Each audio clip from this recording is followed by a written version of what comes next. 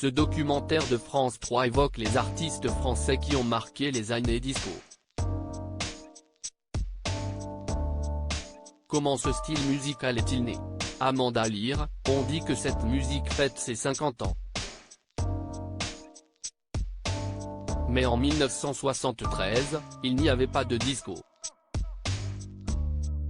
Il a fallu attendre le film La fièvre du samedi soir pour que ça prenne vraiment. Le disco n'est pas né en France, même si des Français comme Céron ou Patrick Hernandez ont contribué à son succès. C'est à New York qu'on l'a découvert, au Studio 54, avant le Palace à Paris. Pourquoi ce genre musical est-il toujours autant apprécié? C'est la musique de la fête, de l'insouciance. Jusqu'à cette époque-là, les clubs étaient de petite taille, il fallait en être membre. Les discothèques se sont ensuite agrandies et le disco a permis aux danseurs de se mélanger, sans distinction de classe sociale et de genre. Tous ces gens qui allaient danser en boîte de nuit à l'époque, je les croise plutôt à la pharmacie maintenant. Vu le contexte, notamment international, c'est comme si aujourd'hui, on dansait sur un volcan. Mais on a besoin de faire la fête. Chanel a choisi votre tube Follow Me pour la nouvelle campagne de Coco Mademoiselle.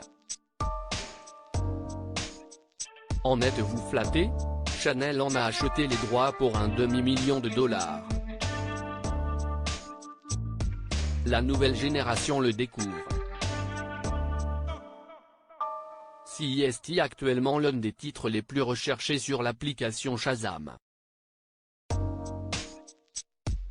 Et je suis à 1 degré du hit parade en Corée du Sud, plus de 40 ans après la sortie de l'album Sweet Revenge. Que préparez-vous maintenant? Alexis Michalik m'a demandé de présenter les Molières avec lui le 24 avril, sur France 3, note de la rédaction. Et à la fin du mois, je commence à tourner le film Maison de retraite 2, de Claude Zidi Jr. Avec Jean Reno, Kev Adams et Chantal Latsou. Et puis, les Américains de la chaîne HBO débarquent dans quelques jours pour faire un documentaire sur ma vie. Il y a aussi un projet de biopic sur moi, un peu comme pour Freddie Mercury, Elton John et Saint Laurent.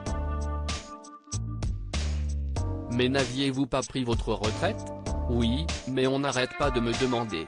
Mon personnage au verbe haut et qui rit de tout plaît beaucoup. Je prépare un nouvel album de titres en français. Je cherche toujours à surprendre, à innover. Sinon, j'ai la chance d'habiter en Provence. Face à moi, j'ai un champ d'oliviers, je suis oléicultrice. Je ne bois pas, je ne fume pas. C'est ce qui me permet de rester jeune. Arte diffuse ce vendredi un documentaire qui retrace votre vie. Ah non, je ne veux pas en parler, car ils n'ont même pas pris la peine de me contacter.